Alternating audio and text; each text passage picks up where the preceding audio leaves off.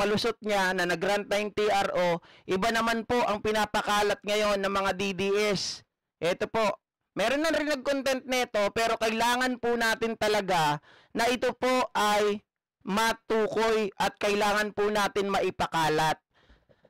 Ang Supreme Court of the Philippines, mga kababayan, Office of the Spokesperson, ginamit po nila ang letterhead dito. Ano po ang nakasabi o nakasaad sa statement na ito? Basahin natin, ha? Okay, sabi dito, the statement of the Supreme Court spokesperson. Tingnan nyo yung date, March 17. Sabi rito, the statement of the Supreme Court has taken notice of social media posts circulating online, particularly from Facebook accounts under the name Choose Libungan and Bernard Flores Maicon, sharing a fabricated document dated March 16, 2025. This document falsely attributed to the Supreme Court spokesperson bears the title Supreme Court received petition on 16 million signatures calling for President Marcos resignation. Mamaya papakita ko sa inyo yan. We categorically deny the authenticity of this document. Ito, ano to ha, mga kababayan, ito ay legit, okay? No such statement has been issued by the Supreme Court spokesperson. Further, the same Facebook accounts claim in separate posts that the Supreme Court and bank will convene today, March 17, 2025, to discuss the alleged petition. This is completely untrue. The Supreme Court has not received any such petition and no in-bank session is scheduled today for this matter. Noong March 17 ito, ngayong kahapon. Tingnan nyo mga kababayan, balikan natin. Balikan natin yung kanilang ipinapakalat po. Ito yon. Ayan. Ito yung tinutukoy na post. Si Choose Libungan. Ayan. Tingnan, soft copy ng petition na may 16 milyong pirma na nananawagan sa pagbibitiw ni Pangulong Marcos isinumite sa Supreme Court para sa deliberation. Ang nakasulat, mga kababayan, Supreme Court receives petition on 16 million signatures calling for President Marcos resignation. Tingnan nyo yung letterhead. Supreme Court of the Philippines, tas Office of the Spokesperson. Ginaya po nila yung letterhead. Dated March 16, 2025. On March 16, 2025, 10:15 in the morning, the Supreme Court received a petition seeking to act on the 16 million signatures calling of the resignation of President Ferdinand Marcos Jr., the petition filed by concerned citizen and civic group. At the overwhelming number of signatories reflects the people will demand an accountability from the government. To make the story short, mga kababayan, inuutusan daw sila po ay humihingi ng petisyon, itong grupo na ito, para nananawagan, kalaki po ang 16 million signatures, para daw po mag-resign ang ating Pangulong Bongbong Marcos. Pero inyo mga kababayan, ito maliwanag to, na falsification of public documents, kasi they used the letterhead of the Supreme Court. So, palagay ko, merong gugulong na ulo rito. 'Di ba? May gugulong na ulo rito.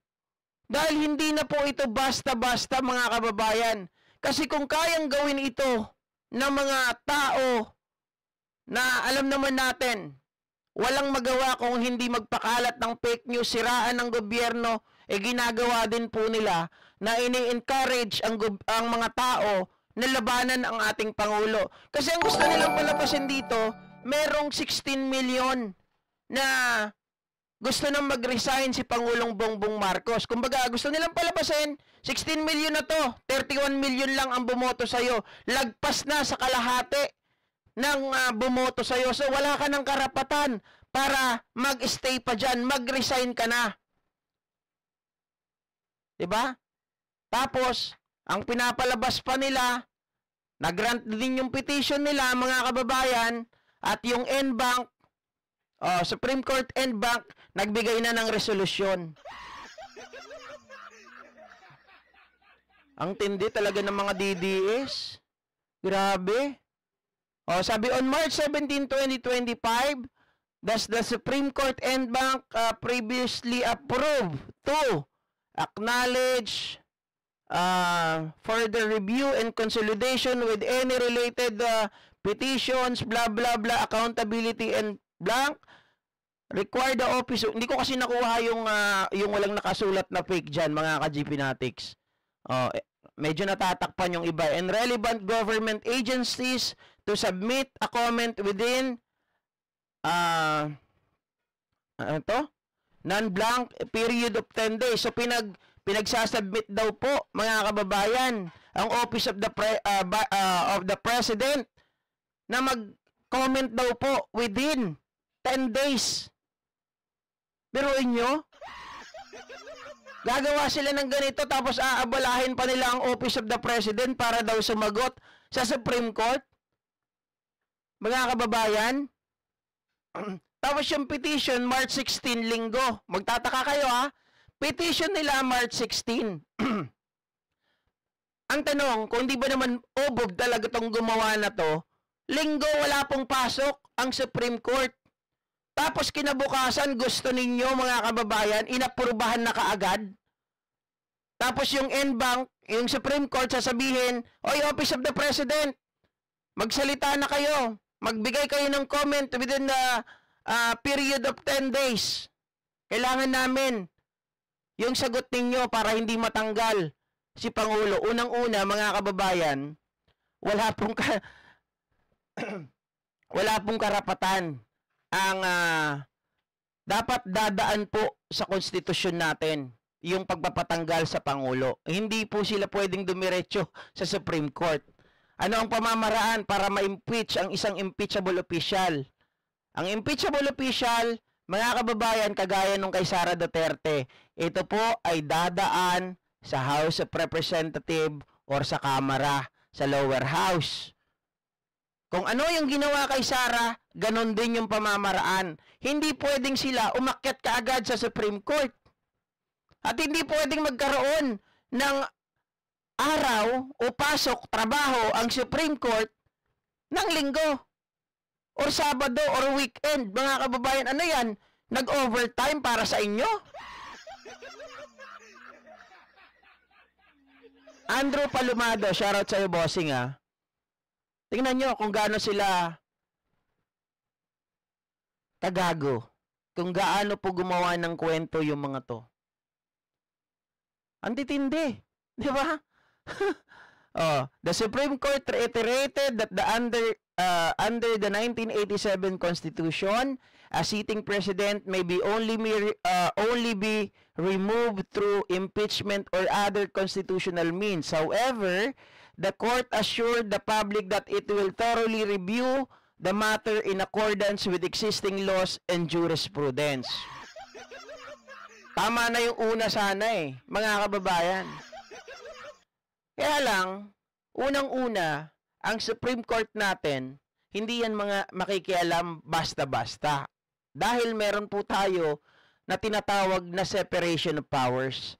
Diyan, yan ang pinakamahalaga, mga kababayan. Kaya, kagaguhan yung gumagawa nito. Yung gumawa nito, sana makasuhan, mahanap. Illegal. Talagang maliwanag na ito ay mga desperado. Itong gawain na ito ay falsification of public document. Noon, ano lang may pagawa-gawa lang kayo ng fake pulboronic video. Ngayon, office, mga kababayan, logo ng Supreme Court na ang ginagamit ninyo. Aba, kung marunong kayo gumawa ng ganito, hindi na kayo natatakot sa Supreme Court. Baka kaya nyo na rin gumawa ng mga pagnanakaw. Nagpa-falsify na rin kayo ng mga dokumento para magkunwari kayong ito, si taong ito. Tapos may pirma pa. Ako si Bongbong Marcos nakalagay doon, may pirma ni PBBM, no? O, wini-withdraw ko lahat. Yung pera, yung gold. O, baka ganun, no? So, grabe kayo mga didilis. Ibang klase talaga. Ayo, talagang hindi na kayo naubusan ng mga fake news. Hindi.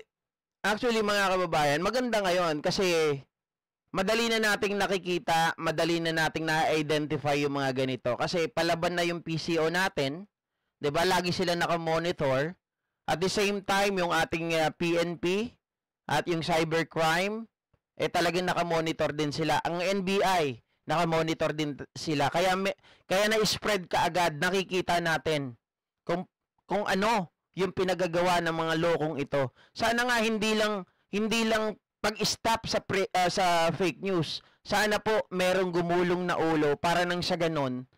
Not necessarily na puputulin yung ulo, hindi ganon ha. Ibig sabihin, mga kababayan, may mahuli para hindi pa marisan. Ikulong para yung mga to magkaroon ng takot. Wala nang katakot-takot eh. 'Di ba? Ay, totoo yan, Buboy Perez. I totally agree. Pag si Sara nakaupo, patay ang Pilipinas. Hindi natin alam sa China na pala ang Pinas. Correct ka dyan. Archie Lustrio, tawa ako sa rally, inedit lang, kitang-kita ang Serbian flag. Yun nga eh. Isa pa yan, 'di ba? Yung ginagawa nila. Pero okay lang yan kasi alam niyo desperado sila eh. Pero wag naman yung ganito mga mga public document. Gagamit pa ng Supreme Court logo. Mga kababayan, kasi pag may ganyan letterhead, talagang kinukuha na nila yung atensyon ng tao. O ito, merong galing ng Supreme Court. Pinasasagot ang Office of the President kung bakit hindi daw dapat sila mag-resign ng ating Pangulo. 16 million na yan. Kumbaga parang sinasabi nila, hindi na to pangkaraniwan ha, 16 million na ang gusto magpatanggal kay BBM. So dapat aksyonan nito. Parang gano'n ang gusto nilang sabihin. Ang problema, mga kababayan, petsa. Meron bang Supreme Court ng linggo? Wala. Tapos, wala nang ang pasok ang Supreme Court ng linggo, kinabukasan, may resolution na kaagad. Pinapatawag na kaagad ang, nagbibigay na kaagad ng utos sa Office of the President na magbigay ng komento. Ayop.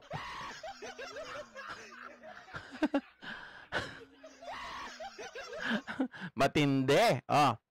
Ito na